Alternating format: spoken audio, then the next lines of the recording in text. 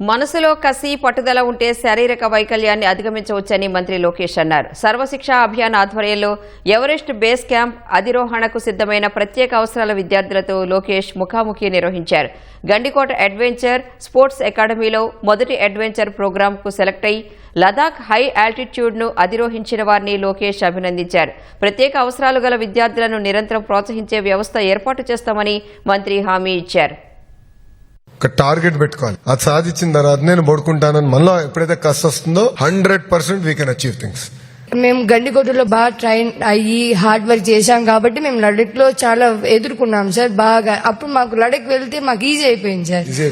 అంటే మాకు కూడా అనిపించింది సార్ ఫస్ట్ 2 days 3 days అది ఏంద్రబ్బా ఇది ఇంత నడిపిస్తున్నారు, మనం మళ్ళీ అవుతుందా అవ్వదా, ఎందుకు ఊరికే మనం ఇంటికి వెళ్ళిపోదాం అనుకున్నాను సార్.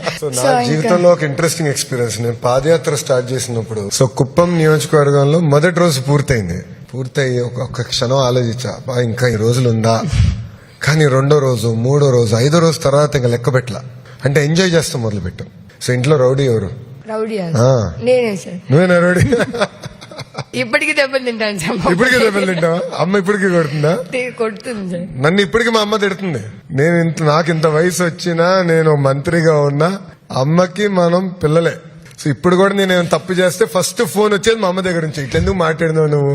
నేను మిమ్మల్ని అందరం కోరేది మీ జీవితంలో ఒక్కొక్కరు కనీసం 10 మందిని హెల్ప్ చేయాలి.